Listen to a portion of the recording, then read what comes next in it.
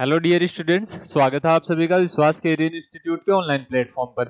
तो आज इस छोटे से लेक्चर के अंदर हम डिस्कस करने वाले हैं आपका जो फर्स्ट पेपर हुआ था उसका सॉल्यूशन।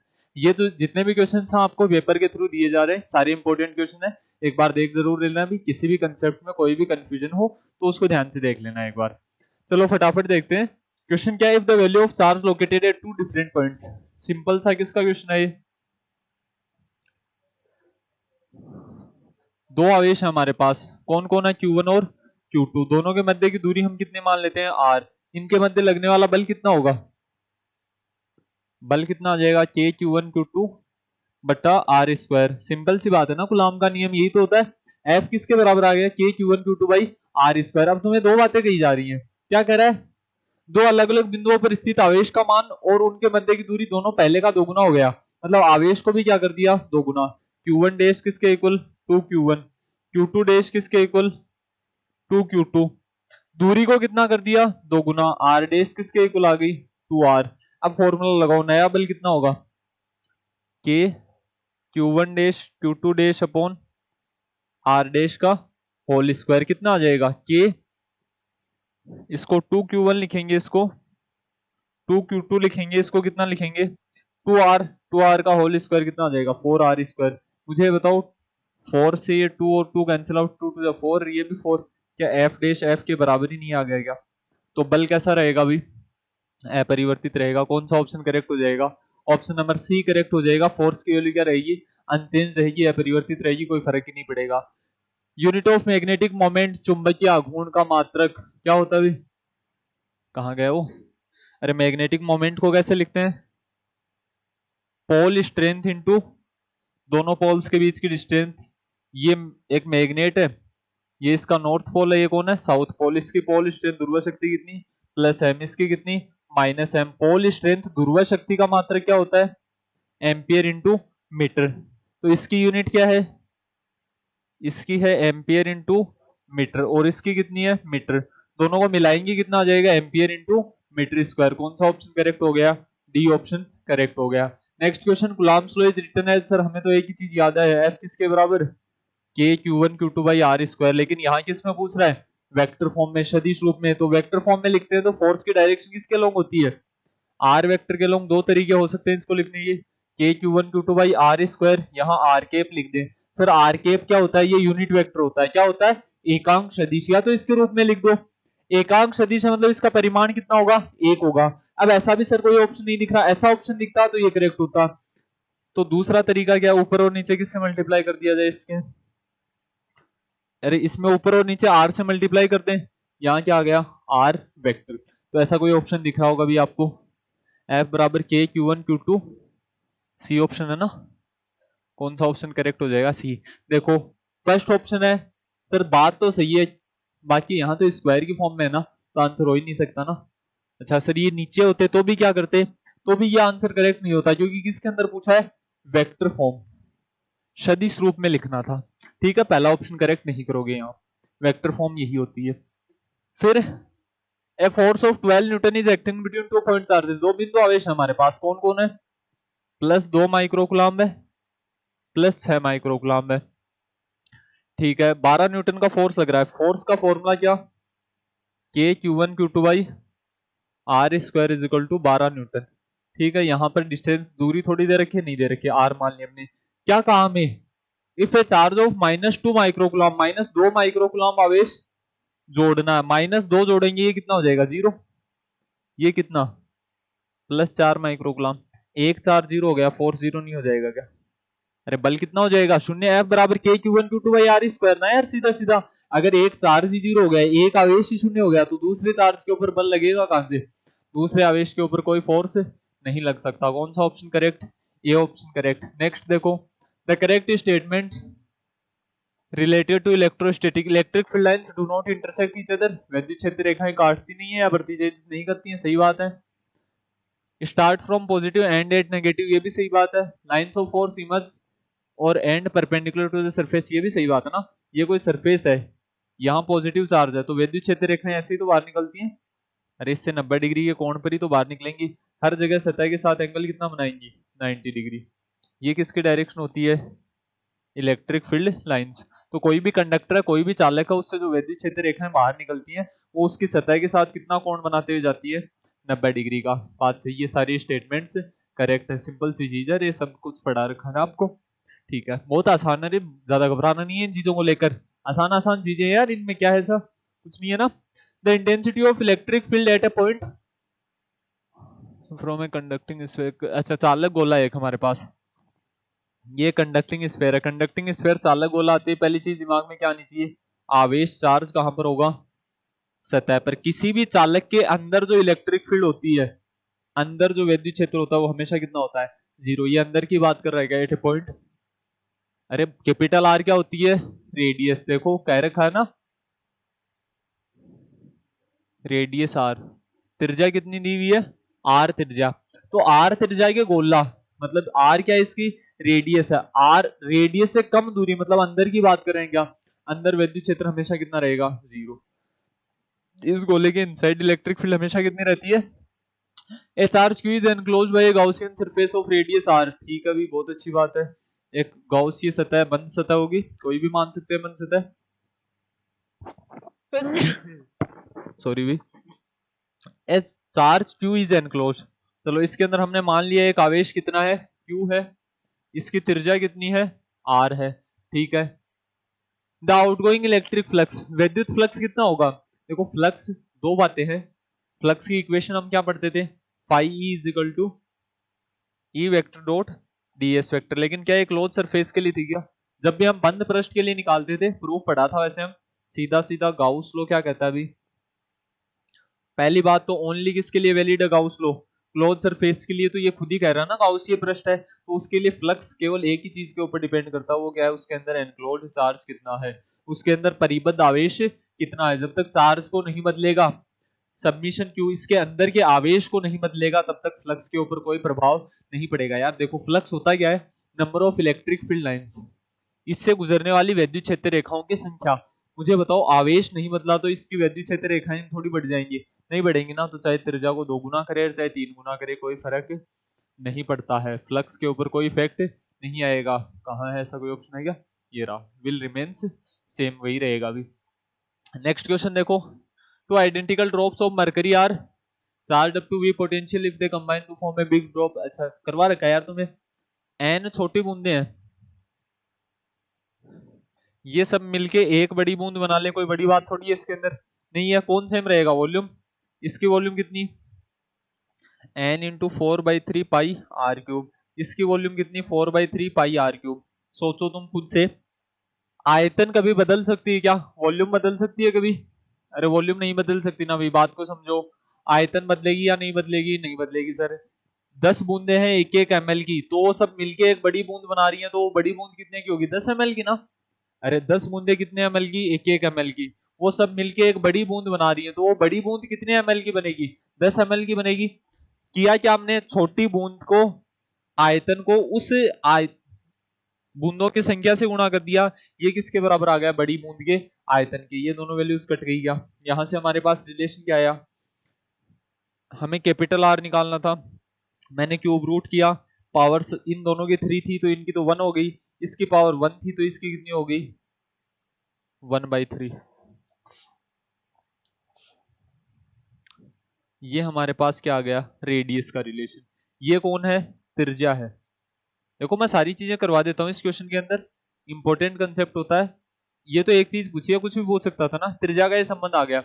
अच्छा कैपेसिटेंस जो धारिता होती है वो त्रिज्या पर निर्भर करती है, तो धारिता का भी यही रिलेशन आ जाएगा, बड़ी बूंद की धारिता किसके बराबर आ जाएगी, n की घात 1/3 गुना छोटी बूंद की धारिता। आवेश, छोटी बूंद का आवेश स्मॉल क्यू मान ले, अरे एक बूंद का आवेश 2 कूलम्ब है, 10 बूंदे हैं तो कितना हो जाएगा, 20 कूलम्ब, 20 बूंदे हैं तो कितना हो जाएगा, 40 कूलम्ब। मतलब क्या करना होता है, n इंटू स्मॉल क्यू बराबर कैपिटल क्यू, ये आवेश में रिलेशन आ गया क्या, एक रिलेशन जानते हो आप, बड़ी बूंद की धारिता निकालने का क्या फॉर्मूला, सी किसके इक्वल होता है, क्यू बाई वी, यही होता है ना। अरे कैपेसिटेंस किसके बराबर, सी किसके बराबर होता है, क्यू बटा वी। अब कईयों को ये हो रहा होगा ना सर नहीं समझ में आ रहा, अरे पढ़ो यार बेटा ध्यान से, अरे नहीं हो सकता ना ऐसा कि नहीं समझ में आए, कैसे हो सकता है ये चीज, कितनी बार पढ़ रखी है हमने, हमें VB निकालना है, VB को इधर ले आओ सर। ये कितना बना, Q बाई CB, यही वैल्यू आई क्या? Q की वैल्यू आप जानते हो, CB की वैल्यू आप जानते हो। Q को क्या लिख सकता हूं मैं, N into small Q. CB को क्या लिख सकता हूं, N की पावर 1/3 इंटू CS। Q बट्टा CS क्या बन जाएगा, VS। ये क्या बन गया, VB बराबर, देखो यहाँ घात कितनी है, 1, ये ऊपर जाएगी 1/3, एक माइन ऊपर जाएगी माइनस की हो जाएगी, 1 माइनस 1/3 कितना बचेगा, 2/3। यही आ गया क्या हमारे पास रिलेशन। जो बड़ी बूंद का विभव वो कितना आ जाएगा, n की घात 2/3 गुना छोटी बूंद का विभव। ये मैंने सारे रिलेशन बता दिए, एक बार ध्यान से इनको देख लोगे समझ में आ जाएंगे। हमसे जो बात पूछी थी वो केवल पोटेंशियल वाली पूछी थी। आंसर कौन सा करेक्ट हो गया, डी ऑप्शन करेक्ट हो गया। ठीक है ना, v विभव वाली छोटी बूंदें मिलकर एक बड़ी बूंद बना रही थी। An electric dipole whose dipole moment P is placed parallel to a uniform electric field E, the work done in rotating. अच्छा याद करो, work done in rotating W किसके इक्वल होता था, PE कोस θ1 माइनस कोस θ2। ये θ1 और θ2 किसके बीच के एंगल हुआ करते थे, किसके मध्य कोण हुआ करते थे, द्विध्रुव आघूर्ण और वैद्युत क्षेत्र। क्या कह रहा है, पहले समांतर रखे हुए, समांतर रखे हुए मतलब θ1 कितना दे रखा है 0 डिग्री, फिर कहां तक घुमाना है, थीटा कोण तक, तो θ2 की वैल्यू कितनी दे रखी है, थीटा, दोनों वैल्यूज को रख दो यहाँ पर। W किसके इक्वल आ जाएगा, PE। मुझे बताओ cos 0 की वैल्यू कितनी होती है, अरे cos 0 कितना होता है 1, ये कितना आ जाएगा 1 माइनस कोस थीटा। कौन सा ऑप्शन करेक्ट हो गया, ए ऑप्शन करेक्ट हो गया, पहला ऑप्शन करेक्ट आ जाएगा ना। नेक्स्ट देखना, the capacitance of each capacitor in bridge. अच्छा C की वैल्यू कितनी दी हुई है यहाँ पर, C दिया हुआ 10 माइक्रोफेरेड। मुझे बताओ ये व्हीट स्टोन है तो इसमें बीच वाले वायर का कोई काम है कि नहीं है, नहीं है सर। सबकी धारिता बराबर हो, सबका कैपेसिटेंस इक्वल हो, बीच वाले वायर को आप, ये बैलेंस्ड कंडीशन में रहेगा संतुलित अवस्था में, तो इस वायर में कोई करंट ही फ्लो नहीं करेगा, इस यहां से यहां तक कोई धारा प्रवाहित नहीं होगी। धारा ही प्रवाहित नहीं हुई तो इस वायर को बनाओ और चाहे मत बनाओ, जुगाड़ हमारे पास कुछ ऐसा ही बचा क्या।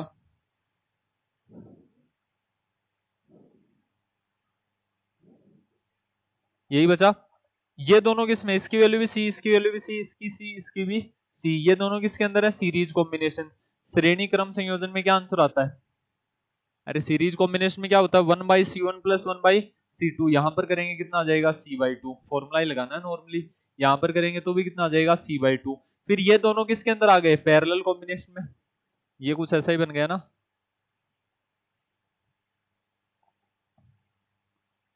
इसकी वैल्यू कितनी C/2, इसकी वैल्यू कितनी C/2, दोनों किसके अंदर है, कौन से संयोजन के अंदर है, समांतर क्रम संयोजन। पैरेलल कॉम्बिनेशन में है ना, समांतर क्रम संयोजन में सीधे जुड़ जाते हैं, तो जो इक्विवेलेंट कैपेसिटेंस है, जो समतुल्य धारिता वो कितनी आ जाएगी C/2 प्लस C/2। ये C के इक्वल ही नहीं आ गई क्या, यही हमारा क्या है भाई आंसर। तो C की जो भी वैल्यू दी हुई हो वही आंसर होगा इन केसेस में। C कितना दिया हुआ है 10 माइक्रोफेरेड, तो आंसर क्या आ गया 10 माइक्रोफेरेड। माइक्रो का मतलब कुछ नहीं होता, 10 की घात माइनस से होता है। क्लियर है ना। अभी ये कैसे हुआ ये मैं दोबारा बता देता हूँ। क्या formula 1/CS is equal to 1/C1 plus 1/C2, यही होता है। कितना आ जाएगा ऊपर 1 + 1 कितना आ गया 2/C, इसको उल्टा कर दो तो यहां से CS की वैल्यू कितनी आ गई C/2, यही तो लिखी है ना हमने वहां पर। तो इस दोनों को सोल्व करने पर भी C/2 आएगा, इन दोनों को सोल्व करने पर भी कितना आएगा C/2। लास्ट में हमारे पास रिजल्ट कितना आ गया 10 माइक्रोफेरेड। क्लियर है अभी। नेक्स्ट देखना, देखो संधारित्रों का संयोजन, कॉम्बिनेशन ऑफ कैपेसिटर, आपके एग्जाम पॉइंट ऑफ व्यू से इंपॉर्टेंट टॉपिक है, तभी हम इसको ज्यादा कर रहे हैं। मुझे बताओ ये ए पॉइंट है, ये सीधा इस तार से जुड़ा हुआ, तो ये पॉइंट भी कितना हो गया ए। ये बी पॉइंट है, ये सीधे तार से जुड़ा हुआ, ये भी कितना हो गया बी। ऐसे में आप सीधे पहचान नहीं पाओगे कौन श्रेणी क्रम में कौन समांतर क्रम में, तो इनको पहचानने का तरीका जुगाड़ क्या है अभी हमारे पास, सर दोनों पॉइंट्स बना लो। क्या कर लो, दोनों बिंदु बना लो ए और बी। ये भी ए और बी के बीच में जुड़ा है, ये भी ए और बी के बीच में, ये भी ए और बी के बीच में। या फिर देखो इसका एक भाग किससे जुड़ा हुआ ए से, एक भाग किससे जुड़ा हुआ बी से, इसका एक भाग बी से, एक भाग ए से, इसका एक भाग ए से, एक भाग बी से। सबके एक पार्ट किससे जुड़ेगा ए से, दूसरा पार्ट किससे जुड़ेगा बी से। यही तरीका हो सकता है क्या। अब तो सबको आंसर आ गया होगा ना। तीनों किसके अंदर है पैरेलल कॉम्बिनेशन में। ये कितना 1 microfarad, 2 microfarad, 3 microfarad. Parallel combination A और बी के मध्य समतुल्य धारिता निकालनी है। क्या कर दो, 1 + 2 + 3 कितना आ गया, 3 और 3 6 माइक्रो फेरेड। क्या आंसर आ जाएगा, डी आंसर। आसान था ना, दोबारा देख लेना एक बार। The capacitance of a spherical conductor of radius 1 meter, त्रिज्या कितनी दे रखी है, रेडियस दे रखी है 1 मीटर। धारिता निकालने का क्या तरीका, 4πε0r। यही होता है ना कैपेसिटेंस ऑफ स्फेरिकल कंडक्टर, गोलाकार चालक की धारिता किस पर निर्भर करती है, त्रिज्या पर। अच्छा, के की वैल्यू जानते हो क्या आप, स्थिर वैद्युत नियतांक 1/4πε0। वैल्यू कितनी होती है, 9 × 10⁹। इसको उल्टा कर दे तो कितनी हो जाएगी इसकी वैल्यू, C = 1/9 × 10⁹ इंटू रेडियस कितनी है, 1 है। चलो सर, ये ऊपर जाएगा, ये कितनी हो जाएगी, 10⁻⁹। ये कितना बचा, 1/9। ऐसा कोई ऑप्शन है, ऐसा तो नहीं है। क्या किया जाए, 10 से ऊपर मल्टीप्लाई कर दें और क्या कर दें, 10 से डिवाइड कर दें, कोई फर्क पड़ेगा, नहीं पड़ेगा। 10 में 9 का भाग चला जाएगा, क्या कितना बचा वापस, 1.11। इस तरीके से चलता रहेगा। ये पावर नीचे प्लस की, ऊपर जाएगी किसकी हो जाएगी, माइनस की। यही आंसर आ गया क्या, 1.1 × 10⁻⁻10 फेरेड। ऑप्शन नंबर ए करेक्ट हो गया। नेक्स्ट क्वेश्चन देखना, the resistivity of material of conductor depends upon. किसी चालक के पदार्थ की प्रतिरोधकता, रेजिस्टिविटी जहां भी आ जाए ना, प्रतिरोधकता, दो चीजों पर निर्भर करती है। किस किस के ऊपर, टेम्परेचर एंड मटेरियल। केवल दो ही चीजों पर निर्भर करती है, वो कौन कौन है, तापमान व पदार्थ। दो चीजों पर डिपेंड करेगी भाई, वो दोनों चीजें कौन सी है, टेम्परेचर एंड मटेरियल, तापमान व पदार्थ। यहाँ कौन सी चीज आ रही है, टेम्परेचर। देखो डायमेंशन पर कभी निर्भर नहीं करेगी, लेंथ, रेडियस, इन चीजों के ऊपर कौन डिपेंड करता है, जो रेजिस्टेंस होता है, त्रिज्या होती, सॉरी प्रतिरोध जो होता है ना, वो डिपेंड करता है। ओम्स लो, V बराबर V समानुपाती I, V किसके बराबर, I R के बराबर। कैसा ग्राफ बनेगा, सीधी रेखा, या इसी को और हम क्या बोल सकते हैं, सरल रेखा। ग्राफ कैसा आएगा, स्ट्रेट लाइन, सरल रेखीय ग्राफ होगा, जहां पर रेजिस्टेंस क्या होगी, उस ग्राफ की स्लोप होगी। प्रतिरोध क्या होगा, उस ग्राफ का ढाल आएगा। करवा रखे हैं ऐसे क्वेश्चन में। तो सीधी रेखा कौन सी है, ये की है ना, मूल बिंदु से गुजरने वाली होनी चाहिए। ये कहां से गुजरेगी, ओरिजिन से। सॉरी भी, ठीक है। ये मूल बिंदु से गुजरने वाली एक सीधी रेखा होगी। आसान सा क्वेश्चन था। Resistance, the resistance of 20 centimetre long wire is 5 ओम। ठीक है, 20 सेंटीमीटर लंबे तार का प्रतिरोध। तार कुछ ऐसा ही होता है,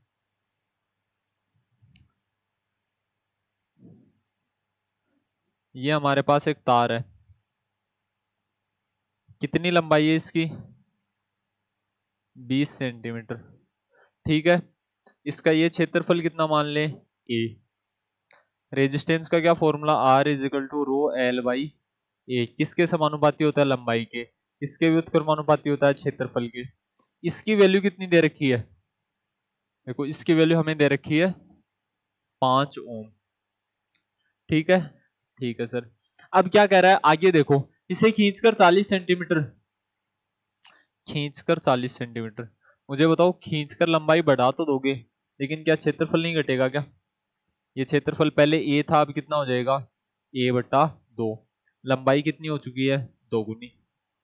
अरे लेंथ डबल हुई, लेकिन एरिया भी क्या हो गया, हाफ हो गया ना। क्षेत्रफल कैसे हो जाता, कितना हो जाता, हाफ। कैसे निकालते थे, याद है थोड़ा बहुत, या प्रूफ बताएं। चलो इधर मैं लिखवा देता हूँ। वॉल्यूम सेम रहती ना, आयतन। पहले आयतन कितनी थी, A × L।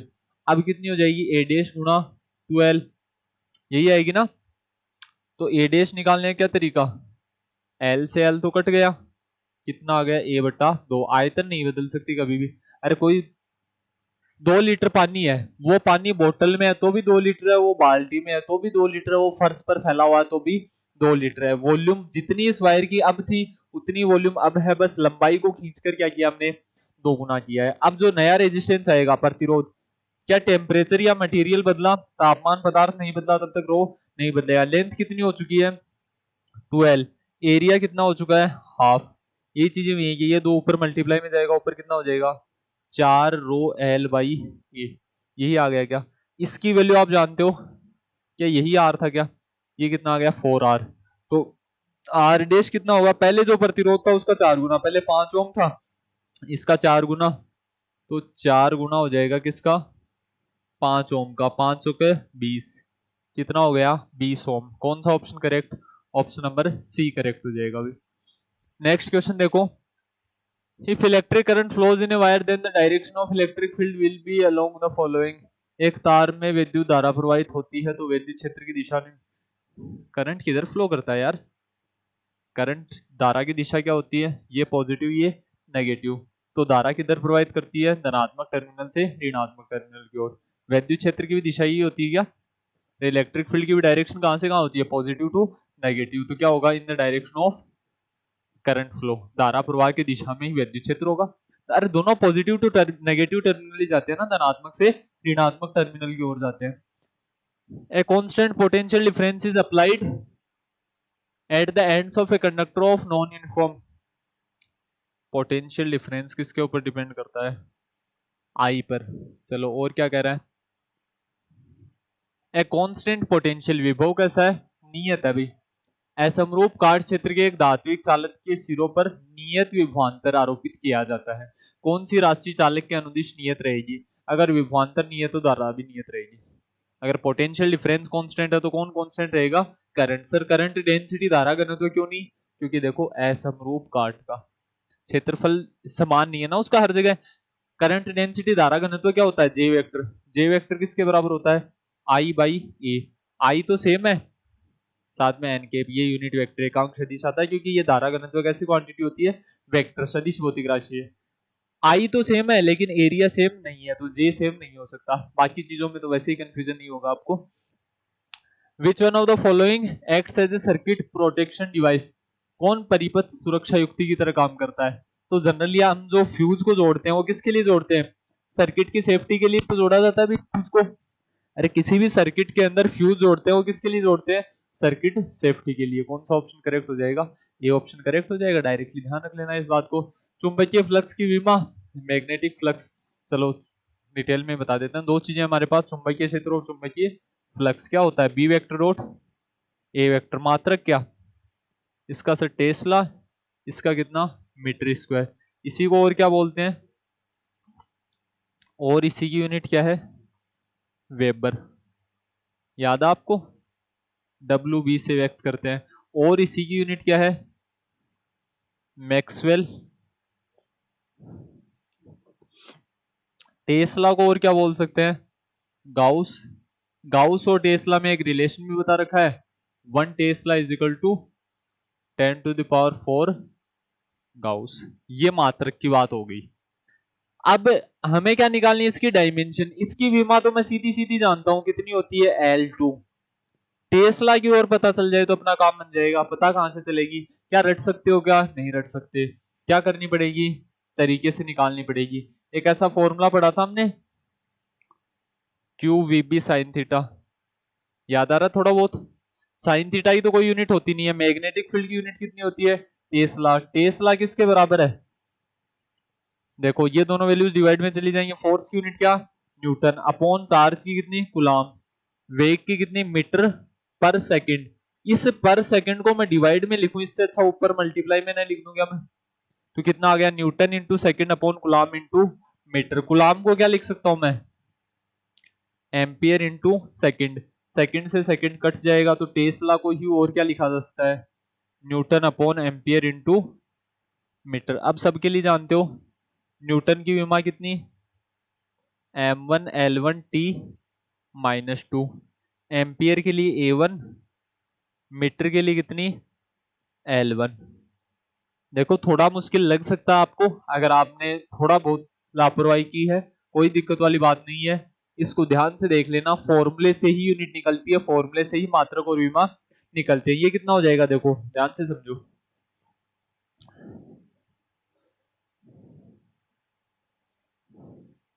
इन सबको जब हमने मिलाया तो कितना आएगा?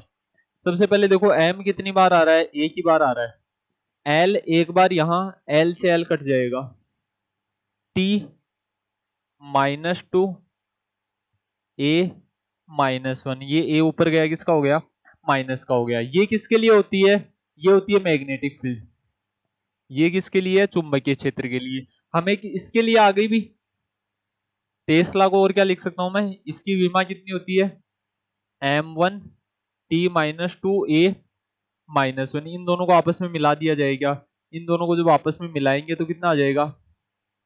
m1 l2 t -2 a -1। ढूंढ लो भी option. m1 l2 t -2 a -1, चौथा ऑप्शन मिल रहा है ना? दोबारा देख लेना भाई एक बार। ठीक है, सब में a -2 है, a -1 केवल एक में ही है। कंफ्यूजन ही नहीं है ना, खत्म बस। If two parallel raise of electron move in same direction, देखो दो तार हैं, दोनों में समान दिशा में अगर धारा प्रवाहित करती है तो वो क्या करते हैं? अट्रैक्ट। इनके मध्य हमेशा क्या होता है? आकर्षण होता है।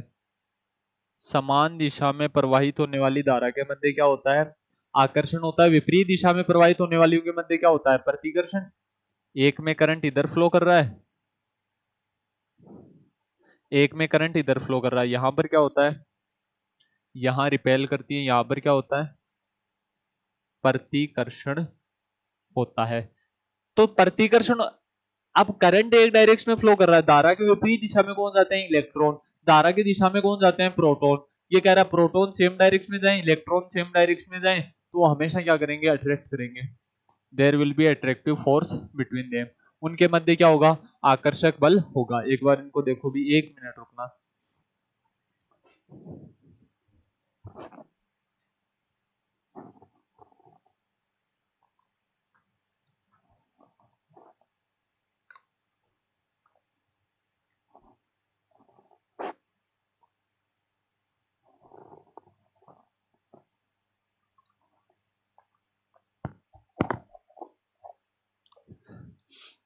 चले में आगे ये बातें लिख ली होंगी आपने, थोड़ी सी इंपॉर्टेंट भी होती है। Kirchhoff first and second law are based on, exam में कई बार रिपीट हो चुका है और कई बार मैं बता चुका हूं। किरचॉफ के प्रथम और द्वितीय नियम किसके ऊपर आधारित होते हैं?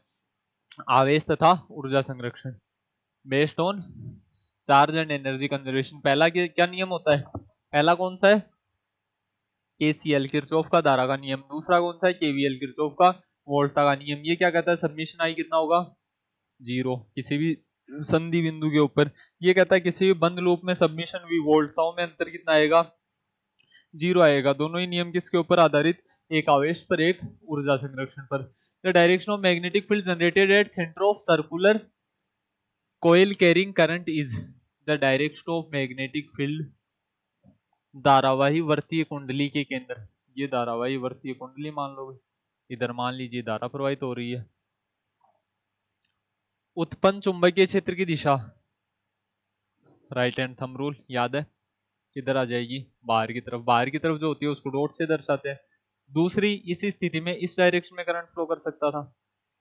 इधर अगर मैं घुमाऊं अंगुलियों को राइट हैंड थंब रूल के अकॉर्डिंग, तो यहां पर जो मैग्नेटिक फील्ड आएगी वो किधर आएगी? अंदर की तरफ। हर बार इसके तल की या तो लंबवत बाहर की तरफ आ रही है या फिर लंबवत अंदर की तरफ। एक बार अंदर जा रही है, एक बार क्या आ रही है? बाहर जा रही है। इन प्लेन ऑफ कॉइल ना perpendicular to the plane of coil. सही बात है, कुंडली के तल की क्या होगी? लंबवत होगी। बाकी ऑप्शन आप देख लेना भी ध्यान से। If the electromagnetic force acting on A charge particle in a stationary state is 0, then at that place, यदि स्थिर अवस्था में एक आवेशित कण, स्थिर है आवेशित कण, पर लगने वाला विद्युत चुंबकीय बल 0 है। पहली चीज तो देखो, अगर स्थिर है, अगर वेग 0 हो गया, कौन 0 हो गया? अगर वेलोसिटी 0, तो मैग्नेटिक फोर्स तो हमेशा 0 होगा ही होगा, चुंबकीय बल तो 0 होगा। अब ये क्या कर रहा है? उसके ऊपर इलेक्ट्रोमैग्नेटिक विद्युत चुंबकीय बल भी 0 होना चाहिए। चार्ज है, इसका मतलब इस बार किसको 0 होना पड़ेगा? इलेक्ट्रिक फील्ड को 0 होना पड़ेगा। First, electric field must be 0, magnetic field must be 0। चुंबकीय क्षेत्र को 0 होने की जरूरत ही नहीं है, चुंबकीय क्षेत्र का वैसे ही प्रभाव नहीं पड़ेगा। इलेक्ट्रिक एंड मैग्नेटिक ना इक्वल भी जरूरत नहीं है। इलेक्ट्रिक फील्ड में भी जीरो और ऑफ फाइनाइट वैल्यू ना, गलत बात है।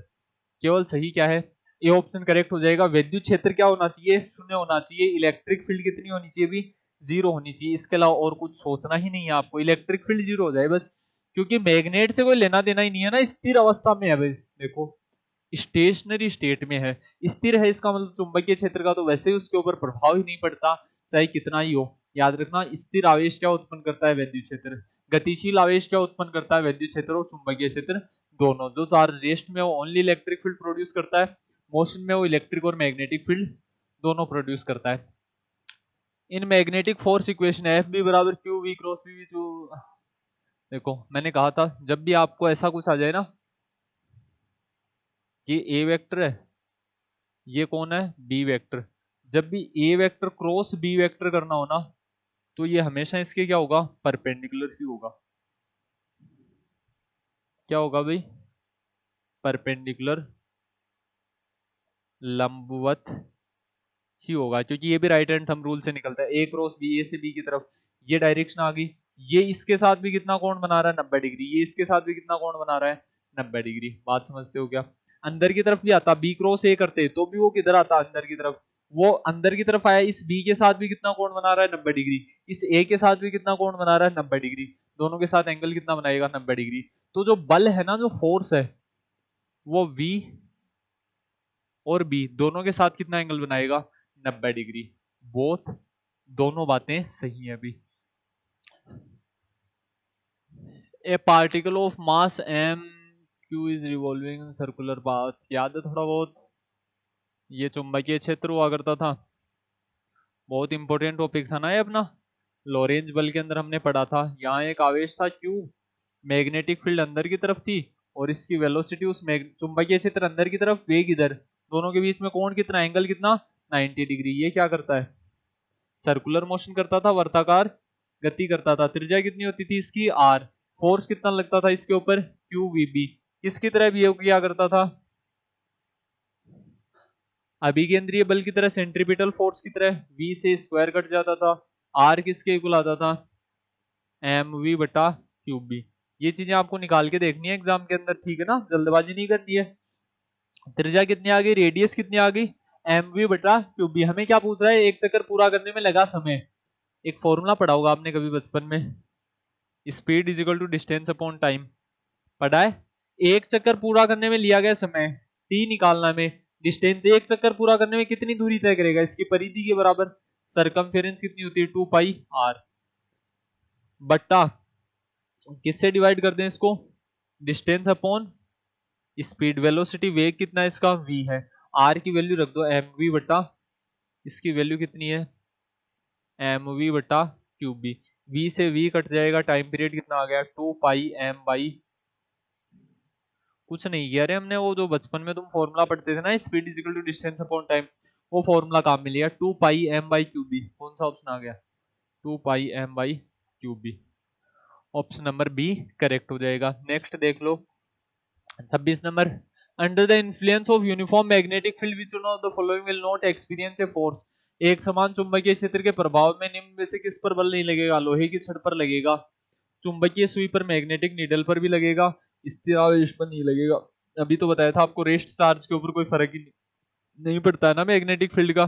करंट कैरिंग वायर ये भी मैग्नेटिक फील्ड प्रोड्यूस करता है, धारावाही तार। याद आपको फोर्थ चैप्टर की हेडिंग यही थी ना हमारी, मूविंग चार्ज एंड मैग्नेटिज्म, गतिमान आवेश एवं चुंबकत्व है, तो गतिमान आवेश ही तो धारा होती है।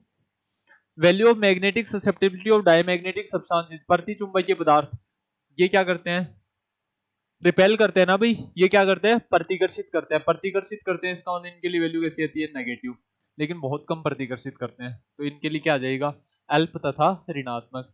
फिर जो नेक्स्ट होते हैं हमारे पास, वो कौन से होते हैं, पैरामैग्नेटिक, अनुचुंबकीय, उनके लिए कैसी आती है, धनात्मक लेकिन कम। इनके लिए काई की वैल्यू याद रखना, हमेशा कितनी होती है, 0 से कम होती है, और मिनिमम कितनी होती है, -1। एक रिलेशन और पढ़ते थे म्यू आर और काई में, mu r is equal to 1 plus chi, तो ये भी पूछ लिया जाए तो कोई बड़ी बात नहीं है अभी। म्यू आर की वैल्यू कितनी होगी, तो इनके लिए म्यू आर कितना आ जाएगा, 1 से कम, लेकिन किससे ज्यादा, 0 से ज्यादा। ठीक है ना, 0 है 0 से ज्यादा, ये बात याद होनी चाहिए। बाकी जो सब्सटेंस है कौन से अनुचुंबकीय पैरामैग्नेटिक, उनके लिए क्या होती थी, उनके लिए काई पॉजिटिव चुंबकीय प्रवृत्ति कैसी होती थी, धनात्मक होती थी, और लोह चुंबकीय के लिए तो बहुत ज्यादा होती थी। Next, the magnetic susceptibility of which one of the following substance does not depend on temperature, तापमान पर किसके लिए निर्भर नहीं करती। देखो तीन तरीके के सब्सटेंस है हमारे पास, तीन तरीके के पदार्थ, कौन कौन से, डायमैग्नेटिक, पैरामैग्नेटिक और फेरोमैग्नेटिक। इनको क्या बोलते हैं, प्रतिचुंबकीय, देख लेना सीधा सीधा। इनको क्या बोलते हैं, अनुचुंबकीय, दिख रहा ना यहाँ से, ये प्रतिचुंबकीय, ये अनुचुंबकीय, और ये कौन है, लोह चुंबकीय। प्रतिचुंबकीय के लिए चुंबकीय प्रवृत्ति तापमान पर निर्भर नहीं करती, इसके लिए करती है टेम्परेचर के इनवर्सली प्रोपोर्शनल। क्या लिख रहा हूं मैं,